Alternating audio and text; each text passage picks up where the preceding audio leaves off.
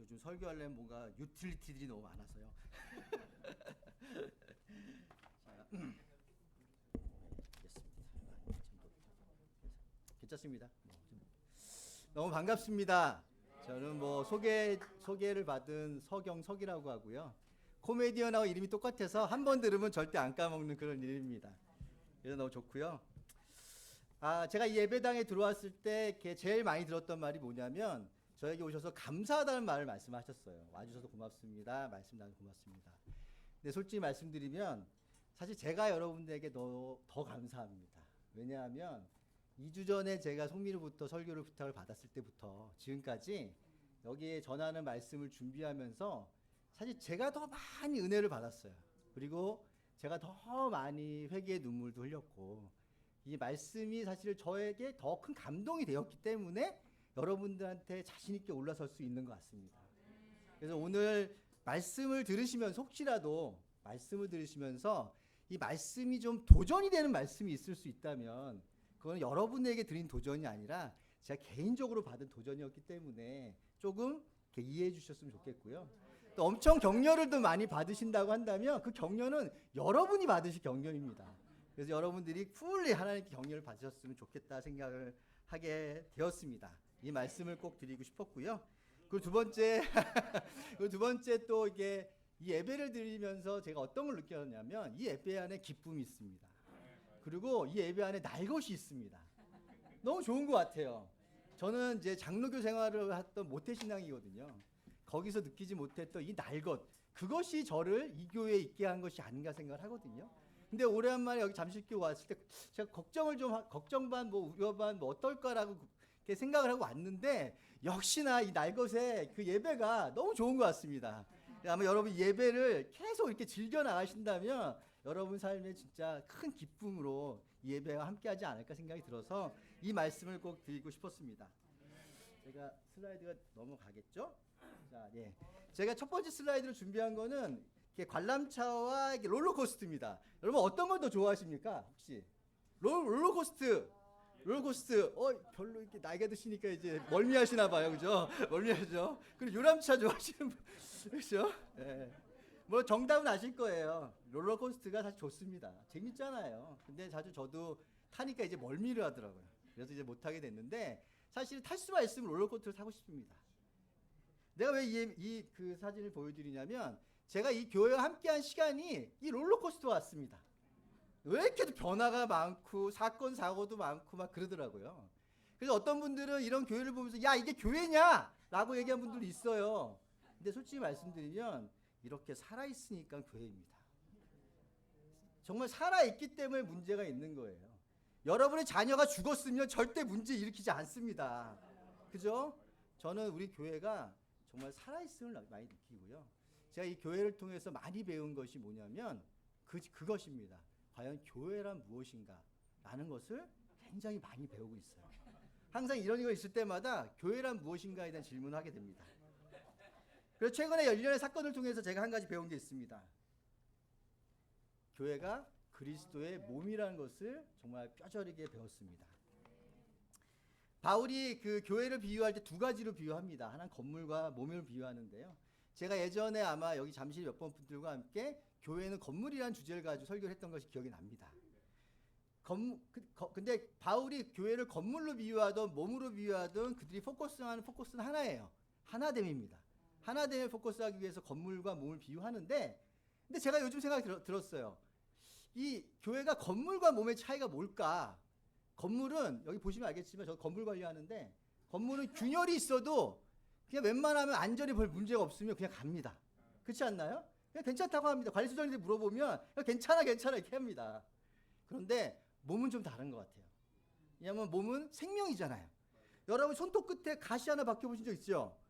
이거 없어지기 전까지 얼마나 불편합니까? 아무 조금만 뭔가가 있어도 되게 불편한 게 몸이거든요. 근데 건물은 괜찮거든요. 그래서 건물과 몸은 좀 다른 비유구나라는 걸 제가 알게 되었습니다. 2021년부터 교회에 많은 변화가 있잖아요. 잠실교회도 많은 변화가 있는데 그 잠실교회 변화 속에 저를 초대한 부부가 있었습니다. 제 친한 부부가 저를 어떤 모임에 초대를 했어요. 그래서 조금씩 내가 그 문제와 모임에 이렇게 참여하면서 처음에는 좀 약간 남의 얘기 같은 생각이 진짜 들었습니다. 이게 과연 내 얘기가 아닌 것처럼 많이 느껴졌어요. 근데 시간이 지나면 지날수록 뭔가 좀 다른 느낌이 오기 시작합니다. 이 친구들이 아파하고 힘들어하는 모습을 볼 때마다 약간 내 얘기 같은 느낌도 들고요. 뭐라 그러냐, 공감대? 공감대학을 초회하기는 좀 너무 약한데, 하여튼 그런 걸 느낌을 받으면서 제가 한 가지 깨달은 게 있었습니다. 우리가 나뉘어져 있지만 교회는 하나의 몸이구나 라는 걸 깨닫게 됐어요. 그래서 누군가가 아프면 내가 아픈 거예요. 누군가 슬프면 저도 슬픈 거예요. 다시 얘기해서 누군가가 아픈데 아프다고 얘기를 안 하면 그건 내가 몸이 아닌 거잖아요. 그렇죠? 누군가 슬픈데 슬프다고 얘기 안 하면 그건 내가 몸이 아닌 거거든요. 근데 제가 명동교회 한 5년 동안 함께했던 시간 동안에 떨어졌던 잠실교회와의 그 관계와 갭이 그만큼 멀어졌었고, 그렇고 그것이 이제 몸이 아니었던 거에 대해서 제가 참 많이 회개하고 뉘우치는 시간을 가졌습니다. 그러다가 이제 교회가 이제 변화의 물결 속에서 이제 좀 뭔가도 이렇게 나뉘어지고 하나도 되면서 정말 이렇게 다시 한번 교회가 한 몸이라는 것을 좀 제가 뼈저리게 이제 배우고 있는데, 제가 설교하기 전에 그거를 좀 말씀드리고 싶었어요. 그렇게 알려주신 잠실교회 여러분들에게 너무 감사드리다는 얘기를 하고 싶었습니다. 여러분들의 수고와 노력을 통해서 저뿐만 아니라 누군가는 깨닫고 있을 거예요. 아, 우리 교회가 몸이구나. 그래서 떨어져 있지만 항상 반갑고, 또 저 사람들이 아픔을 보면 나도 아프구나 라는 것을 아마 여러분들 통해서 누군가는 지금 깨닫고 있을 겁니다. 그래서 개인적으로 그런 수고와 헌신, 또 어쩌면 그런 여러분 마음속에 있는 상처나 이런 것들 통해서 힘들어하시는 분도 있을지 모르겠지만 개인적으로 너무나 여러분들에게 감사를 드리고 싶습니다.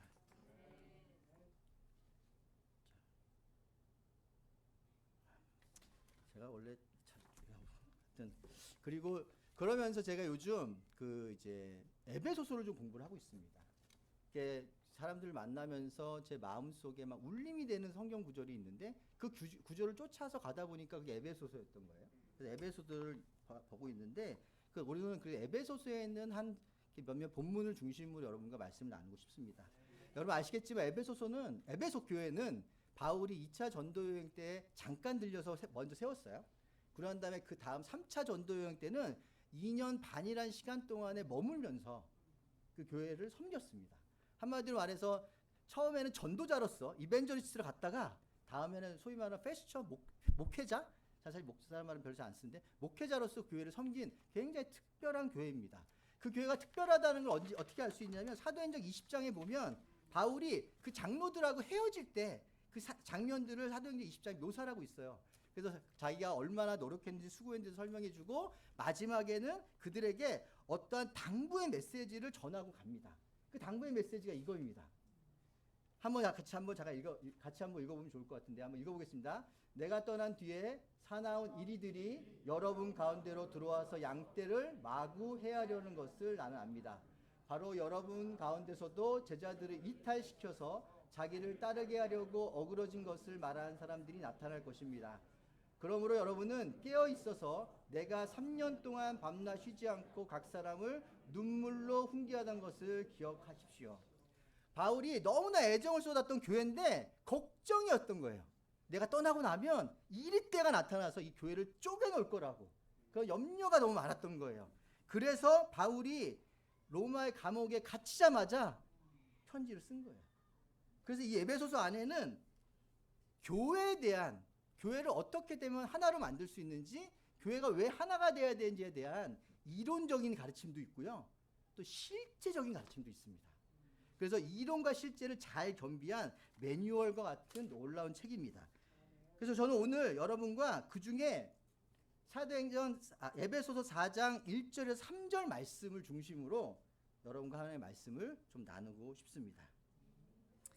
제가 이 설교를 부탁받으면서 제일 많이 들은 말이 짧게 끝내십시오 였습니다. 35분 만에 끝내라고. 근데 여러분 좀 혹시 길어지더라도 양해를 부탁드립니다. 제가 뭐 여기 얼마나 자주 오겠습니까? 얼마나 많이 불러주시겠습니까, 여러분? 그래서 가능한 짧게 하겠습니다. 그래서 오늘은 1절부터 3절인데요. 이 구절을 여러분 같이 한번 읽었으면 좋겠습니다. 읽겠습니다. 시작. 그러므로 주님 안에서 갇힌 몸이 된 내가 여러분에게 권합니다. 여러분은 부르심을 받았으니 그 부르심에 합당하게 살아가십시오.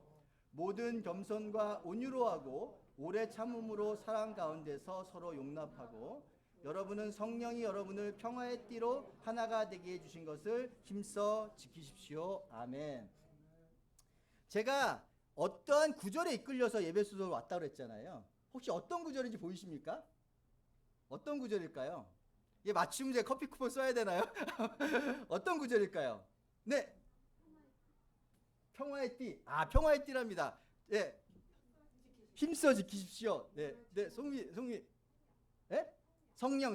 아, 그렇군요. 다 한 구절에 모여 있네요. 네. 여러분 힌트 있잖아요. 힌트 여기 보고. 내가 하트 붙여 놨는데.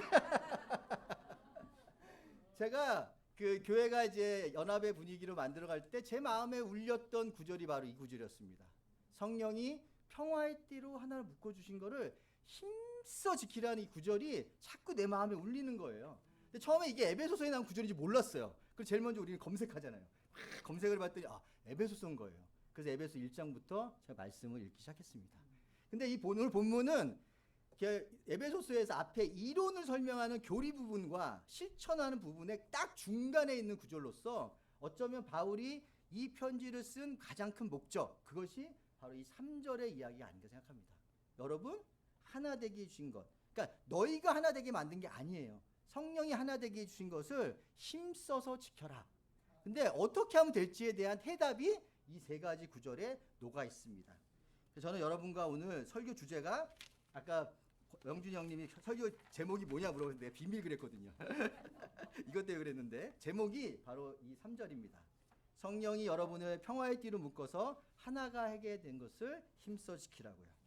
우리가 힘써 지키기 위해서 첫 번째로 여러분과 나누고 싶은 얘기가 바로 첫 번째 있는 구절입니다. 주님 안에 갇혀 있는 내가 여러분을 권한다는 이 바울의 이 고백을 먼저 여러분과 나누고 싶어요. 이 바울이 자기 소개한 것처럼 바울은 갇혀 있는 사람입니다. 두 가지로 영적으로 육적으로. 그리고 영적으로 예수님 안에 갇혀 있다고 얘기를 하고 있거든요. 근데 육적으로도 갇혀 있잖아요. 그죠? 감옥에 갇혀 있습니다. 근데 여러분도 아시겠지만 바울은 자유로울 수 있었어요. 왜냐하면 무죄했거든요. 하지만 바울이 스스로 로마에 복음을 전하러 가기 위해서 스스로 황제에게 상소를 했습니다. 그래서 지금 로마 감옥에 갇혀 있는 거예요. 자기 스스로가 복음을 위해서 갇혀져 있는 것을 선택했습니다. 그래서 자기가 감옥에 갇혀 있는 사람으로서 여러분들에게 권한다고 얘기를 합니다. 어쩌면 이 모습을 보면 세상 사람들의 눈에는 아이고 죄인 주제에 뭐 쓸데없는 짓 하고 있다 얘기할 수 있지만, 근데 우리 모두는 이 바울의 이 고백을 듣고 이 말씀을 들으면서 마음에 깊이 새길 수 있는 이유가 있습니다. 왜? 우리도 서로 갇힌 자들이기 때문입니다. 우리도 갇힌 자들. 여러분들이 처음에 여러분이 어땠었는지를 기억하실 거예요. 우리는 죄 가운데 갇혀져 있던 사람들입니다. 죄의 감옥에서 벗어날 수 없는 사람들이었어요. 근데 예수님이 우리를 자유케 해주셨어요. 그런데 그 자유할 때 우리의 고백이 있었지 않습니까? 예수님은 나의 주님이라고요. 그거 잘 들어보면 이상한 말이에요. 다시 내가 종이 됐다는 거거든요. 나를 가둔 거예요. 나를 자유를 얻고 싶었는데 또 나를 가뒀어요. 여러분 모두는 그렇게 가둔 자들이에요. 그러다 보니까 우리는 이런 고백을 한 누구를 만나든지 우리는 항상 기뻐했습니다. 그래서 제자라는 이유 하나만으로 우리는 그를 환영했고요. 그 제자만의 이유만으로 단상에 올라와서 어떤 메시지를 전하든지 그거를 마음속 깊이 새기려 노력했습니다. 왜? 우리는 같은 동역자였기 때문이에요. 갇힌 사람으로서 한 전우요, 한 가족이요, 우리는 하나의 몸에 한 소속된 갇혀있는 사람이었기 때문에 우리는 그 마음으로 우리가 서로가 하나가 되었었습니다. 그래서 오늘도 이 시간도 이 바울, 이 죄인의 고백을, 죄인의 가르침을 우리도 듣고 있는 거 아니겠습니까? 먼저 우리 교회가 하나가 되기 위해서는 먼저 우리가 누구인지를 먼저 생각해야 될 것 같아요. 우리 모두는 주님 안에 가둬진 사람입니다. 우리 모두는 교회 안에 갇혀진 사람이고요. 우리는 복음 안에 가둬져 있는 사람입니다. 여기 옆에 있는 모든 분들 다 그런 분들이에요. 그래서 우리는 여러분들을 너무 환영하고 사랑하고 여러분들의 모든 삶의 수고를 존경하는 마음으로 바라보고 있습니다. 첫 번째 이야기고요. 이거군요. 원래 PPT를 잘 못해요. 그래서 그거고, 그다음에 두 번째를 제가 말씀드리고 싶은 것이, 아니 그냥 제목은 별로 보고 싶지 않네요. 두 번째로 말하고 싶은 것이 부르심에 합당한 삶을 살아가라는 이야기입니다. 이야기 들으면 우리 교회 사람들이 반응하는 게 있어요. 아이고 또 도전이구만. 또 뭔 얘기를 하고 싶어서 이러는 거야? 이렇게 얘기하시는 분들이 많을 거예요. 맞아요. 굉장히 도전이 되는 구절입니다. 근데 하지만 이거를 도전으로 받아들이기에는 우리가 너무 올드 아닌가요?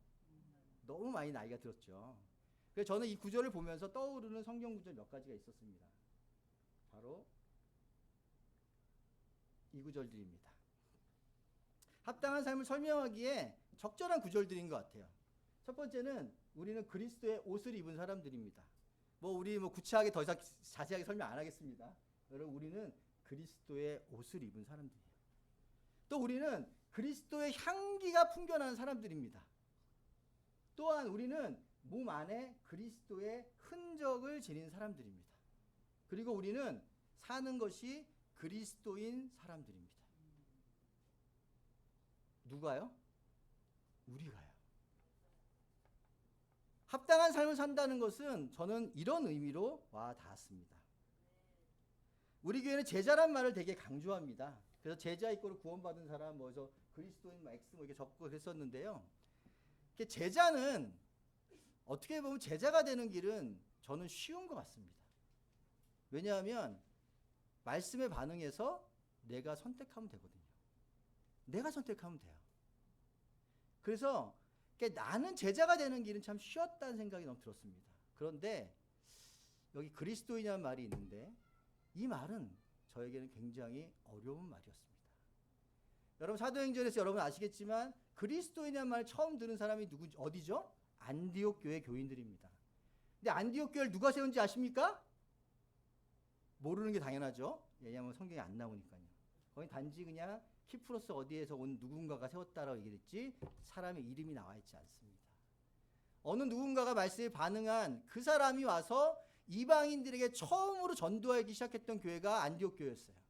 그 이름 없는 무명의 그 사람이 그 복음을 전하다가 그들의 삶에 그리스도의 옷을 보고 그리스도의 향기와 흔적을 본 사람들이 그들을 불러준 이름이 바로 그리스도인입니다. 제자는 내가 될 수 있지만 그리스도인은 내가 될 수가 없더라고요. 누군가가 나에게 당신은 그리스도인이군요 라고 이야기를 해줘야만 저 이야기를 들을 수 있었던 거예요.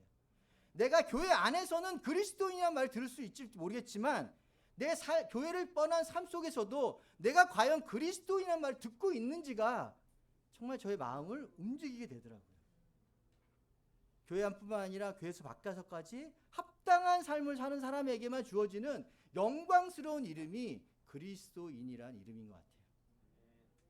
근데 저는 여기 있는 모든 분들이 그러기에 충분한 분이라고 감히 말씀을 드리고 싶어요. 왜냐하면 우리가 합당한 삶을 살지 않았다면 교회의 아픔에 대해서 이렇게 목소리를 내지 않았을 것 같아요. 또 우리가 합당한 삶을 살지 않으셨다면 어쩌면 교회가 오랫동안 어려운 방향으로 가고 있는데 그걸 참고 인내하지 못하셨을 것 같아요. 여러분이 이곳에 계시고 이곳에서 교회의 어려움에 대해서 목소리를 내셨다는 그 하나만으로도 저는 어쩌면 하나님께 합당한 삶을 살았구나라는 이야기를 들을 수 있지 않을까라는 생각을 하게 되었습니다.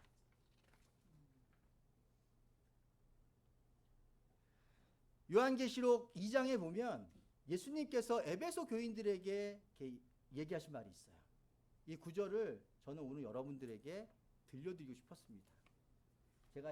사실 제가 원래는 멋있게 용성이처럼 하나님의 목소리로 얘기를 해줘야 되는데 제 목소리가 너무 그래서 제가 읽겠습니다. 나는 내가 한 일과 내 수고와 인내를 알고 있다. 또 나는 내가 악한 자들을 참고 내버려둘 수 없었던 것과 사도가 아니면서 사도라고 지칭하는 자들을 시험하여 그들이 거짓말장이임을 밝혀낸 것도 알고 있다. 너는 참고 내 이름을 위하여 고난을 견디어내고 낙심한 적이 없다고요. 어쩌면 예수님께서 이 자리에 오셔가지고 여러분들에게 정말 하고 싶은 얘기가 있다면 저는 이 말이지 않을까 생각이 들었습니다. 혹시나 여러분 마음속에 이 시간들 동안에 이렇게 좀 아픔이나 고통이나 상처나 후회나 이런 마음이 있으시다면 부디 예수님의 이 말씀을 통해서 위로받으시길 바랍니다. 그리고 좀 더 그 앞으로 나아갈 수 있는 힘과 용기를 얻으셨으면 좋겠습니다. 저는 이 구절을 보면서 정말 여러분들이 정말 많이 생각이 났습니다. 여러분들에게 수고와 노력에 개인적으로 너무 감사드리고 싶고 앞으로도 이렇게 해주실 거라 너무나 믿습니다. 아멘. 아직 갈 길이 엄청 멀거든요. 제가 여기 적으면서 저는 합당한 삶을 산다는 것은 어쩌면 쉬운 일이라는 생각이 들었습니다. 왜냐하면 그것은 나의 노력과 결정으로 할 수 있어요. 할 수 있어요. 나의 노력과 결정으로. 그런데 하나를 만든다는 것은 정말 어려운다는 것을 제가 알게 되었습니다. 그러니까 나 혼자 열심히 산다고 하나 되지는 않더라고요. 나 혼자 열심히 살면 하나 되기보다는 오히려 막 손가락이 더 많이 생겨요. 막 쟤는 저래, 뭐 쟤는 저래, 아우 막 이런 마음이 막 올라오면서 남들을 불평하고 브레임하는 마음이 더 많이 생겨나더라고요. 그래서 나 혼자 합당한 삶을 살기 위해 노력한다는 그 자체만으로는 하나 될 수 없구나라는 것을 저는 너무 깨닫게 되었습니다. 사실 저는 좀 그런 사람입니다. 저는 성경에서 바리새파란 말을 들을 때마다 저는 움찔움찔한 사람이에요. 저는 어렸을 때 좀 그렇게 좀 살았거든요. 그래서 저는 되게 위선적인 것 얘기 들으면 되게 움찔움찔한 사람이에요. 그래서 어쩌면 혼자 합당하게 살려고 하면 잘 살 수 있는 사람일지도 몰라요. 하지만 누군가에게 손을 내밀어서 같이 합당한 삶을 살자라고 얘기하는 것은 저에게는 좀 굉장히 어렵고 힘든 일인 것 같습니다. 왜 그러려면 더 큰 노력과 더 큰 힘이 필요하기 때문이죠. 그래서 세 번째를 말씀드리고 싶은데 그래서 그 다음을 넘어가기 전에 아까 공교롭게도 그 구절 바로 다음에 이어지는 구절이 바로 이 구절입니다. 다시 한번 읽겠습니다. 그러나 너에게 나무랄 것이 하나 있다. 그것은 내가 처음 사랑을 버린 것이다. 그러면 내가 어디에서 떨어졌는지를 생각해내서 회개하고 처음에 하던 일을 하여라. 내가 그렇게 하지 않고 회개하지 않으면 내가 가서 내 촛대를 그 자리에서 옮기겠다. 굉장히 도전되는 구절입니다. 근데 아시겠지만 여러분 에베소 교회는 지금 지구상에 존재하지 않습니다. 안타깝게도. 왜일까? 어쩌면 에베소 교회가 처음에 칭찬을 받은 그런 아름다운 교회였을 것 같아요. 정말 노력하고 애쓰고 바울이 얘기한 것처럼 잘 교회를 세운 교회였던 것 같습니다. 그런데 어느 순간인가 첫사랑을 잃어버렸다는 얘기를 들었어요. 그리고 그거를 결국 회복하지 못했습니다. 그들이 회복하지 못한 첫사랑이 무엇일까 참 많이 생각해 봤습니다. 그게 이제 오늘 세 번째 주제인 이 구절입니다. 함께 같이 한번 읽었으면 좋겠습니다. 시작. 모든 겸손과 온유로 하고 오래 참음으로 사랑 가운데서 서로 용납하고. 바울이 하나가 되기 위한 세 번째로 우리한테 주어진 말이 이 말인데요. 사실 이 구절은 제가 아까 처음 본문 구절을 이야기했을 때 두 개의 번역본을 사용했습니다. 하나는 표준세 번역과 하나는 개역 개정을 사용했는데 이 구절은 개역 개정 성경입니다. 왜냐하면 그냥 제가 헬라어나 히브리어를 잘 볼 수는 없지만 컴퓨터가 좋아서 검색해서 확인해 보다 보니까 본문에 좀 더 맞는 것 같아요. 그리고 또 제가 얘기하고 싶은 중요한 포인트가 하나 있어서 이 구절을 사용했습니다. 아마 지금 표준세번 성경에는 좀 다르게 되어 있을지 모르겠는데 사용했는데요. 여기에 이런 말이 하나 있습니다. 모든 겸손과 온유로 하라고요. 다른 성경에 이렇게 안 나와 있는데 저는 이 구절을 보는 순간 이런 생각이 들었습니다. 내가 내 안에 있는 그냥 배웠든 원래 천성이 그랬든지 간에 갖고 있던 모든 온유와 겸손으로 하지 않으면 안 되는구나라는 걸 알게 되었습니다. 내가 없는 거랑 누구한테 배워서라도 하여튼 가지고 있는 모든 온유와 겸손으로 사람을 만날 때든 어디를 가든지 그걸 행하지 않으면 안 된다라고 바울이 가르친다고 저는 들었어요. 여러분 KTT나 요즘 모임에 참석하신 분들만 있으실 텐데 사람을 만나면 만날수록 우리는 이것을 잃어버리기가 점점 쉬워지더라고요. 제가 누구를 만날 때는 과거 생각나서 상처도 나고요. 또 어떤 사람 만나면 막 뭐 여러 가지 생각이 나서 정말 내 마음속에 이 마음들이 막 무너지는 게 느낍니다. 이게 무너지고 나면 어떤 일이 벌어지는지 제가 요 몇 주 사이에 느꼈어요. 제가 참 많이 설교 준비하면서 많이 하나님께 회개하고 많이 눈물을 흘렸습니다. 왜냐하면 저는 굉장히 판단이 빠른 사람이거든요. 저는 결론을 빨리 맺는 사람이거든요. 그래서 사람들 만날 때마다 어떤 결론을 정해놓고 마구마구 밀어붙였을 때 그들이 어떤 반응을 보이는 걸 보면서 제가 참 많이 후회하기도 하고 제 자신을 자책하기도 했습니다. 여기에 그 내용에 대한 자세한 내용을 알고 있는 산 증인도 한 분 계십니다. 근데 여기에 바울이 얘기하더라고요. 모든 겸손과 온유로 해야 된다. 그 다음에 오래 참음으로 사랑 가운데 서로 용납해야 된다. 여러분, 하나가 될 때 전제가 있어요. 전제는 용납입니다. 누구를 용납하지 않으면 하나 될 수 없잖아요. 근데 진짜 쉬운 방법이 뭔지 아십니까? 편을 나누고 패를 나누고 계급을 나누고 너는 2등병 아웃. 너는 이게 기준을 못 미쳤으니까 아웃. 정말 누구를 잘라버리고 쪼개버리고 어떤 죄에 대해서 우리 몸에 상처된 부위를 잘라내고 도려내는 거는 정말 쉬운 작업인데 이 안에 들어와 있는 것을 내 것으로 지키는 것 정말 어려운 일입니다. 그것이 더 큰 일이고 더 어려운 일이기 때문에 우리가 앞으로 해야 될 일이 더 어렵고 더 큰 일이라고 여러분 말씀을 드리는 거예요. 어쩌면 지금까지 한 일은 정말 세 발의 피인지도 모르겠어요. 어쩌면 여러분이 지금까지 일을 하면서 받은 상처가 있으시다면 어쩌면 그 상처가 좀 작은 상처일지도 모를 것 같아요. 어쩌면 더 큰 상처를 받을 수 있을지도 모르겠는데 부디 여러분에게 부탁드리고 싶은 것은 이 말씀을 기억하시고 여러분 그 길을 걸어주시기를 간절히 부탁을 드리고 싶습니다.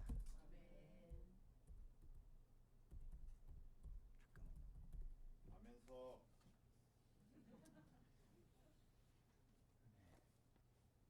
그리고 그 다음 구절에 이렇게 바울이 이렇게 이어져 나갑니다.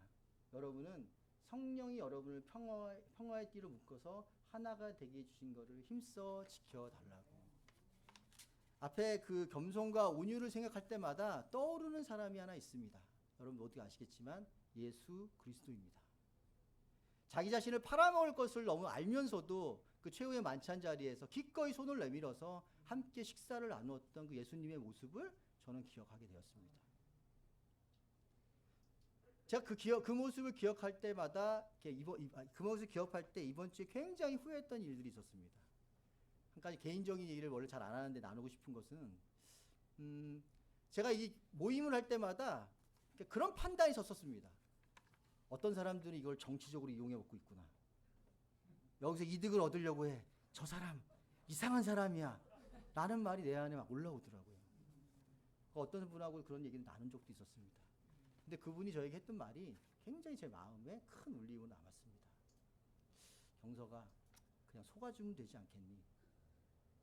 그 말이 저한테는 굉장히 크게 그게 정확한 워딩인지 잘 기억은 잘 안 나는데 제가 그 말을 되게 들으면서 예수님의 최후의 만찬의 그 사건을 기억하게 됐습니다.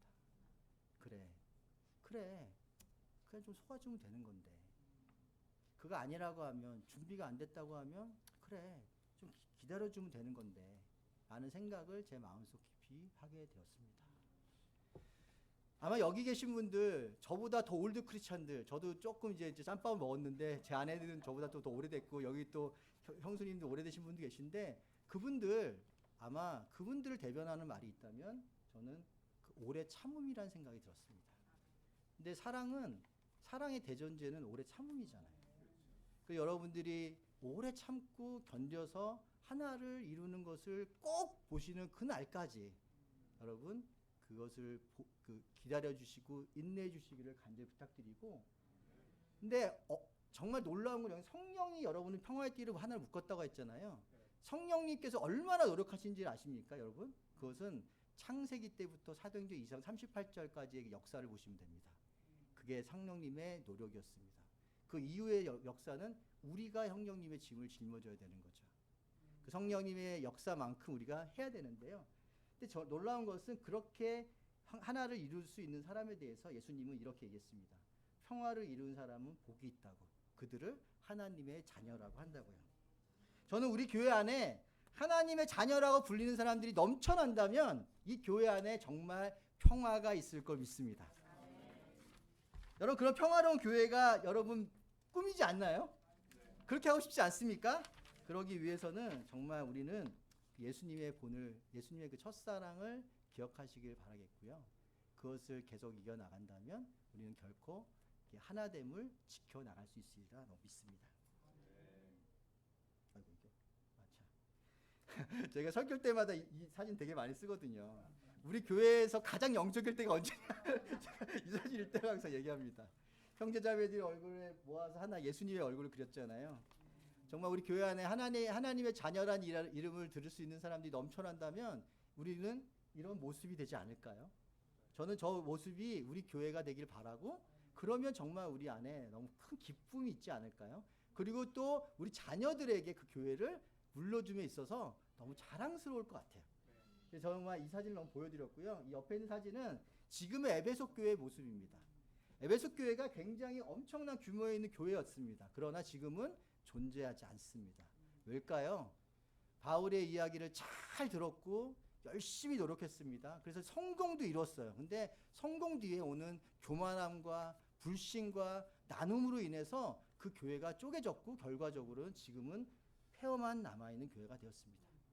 교회사적으로 봤을 때 수많은 교회의 흥망성쇠 가운데 있는데 그들의 흥망성쇠도 에베소 교회와 별로 다르지 않을 것 같아요. 그렇다면 우리는 어떠면 좋을까? 저도 우리 교회가 영원하리라 내가 생각하지 않습니다. 영원하리 생각하지 않아요. 단지 우리는 하나님이 보시기에 아름다운 교회가 되기 위해서 노력하면 됩니다.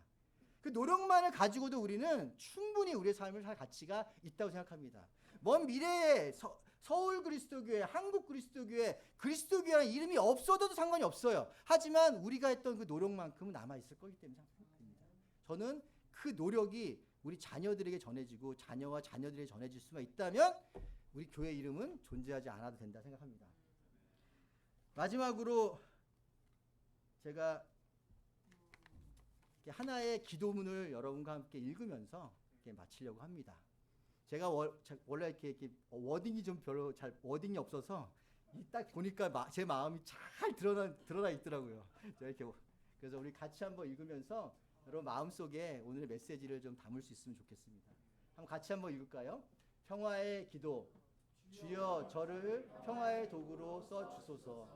미움이 있는 곳에 사랑을, 상처가 있는 곳에 용서를, 의심이 있는 곳에 믿음을, 분열이 있는 곳에 통합을, 절망이 있는 곳에 희망을, 어둠이 있는 곳에 광명을, 슬픔이 있는 곳에 기쁨을 심게 하소서. 오 거룩하신 주님, 위로받기보다는 위로하며, 이해받기보다는 이해하며, 사랑받기보다는 사랑하게 하소서. 우리는 줌으로써 받고 용서함으로 용서받으며 죽음으로써 영원한 생명을 얻기 때문입니다. 아멘. 들어주셔서 감사합니다.